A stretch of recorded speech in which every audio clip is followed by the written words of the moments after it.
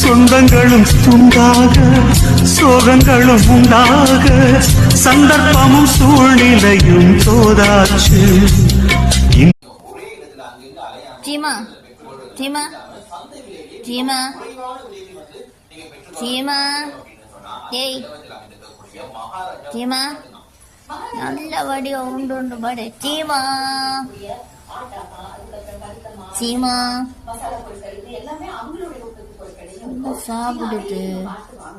நல்லா நித்திர கொள்ள சீமா இங்கே சீமா சீமா எழும்படி ஏய் எழும்படி சீமா எழும்பு சீமா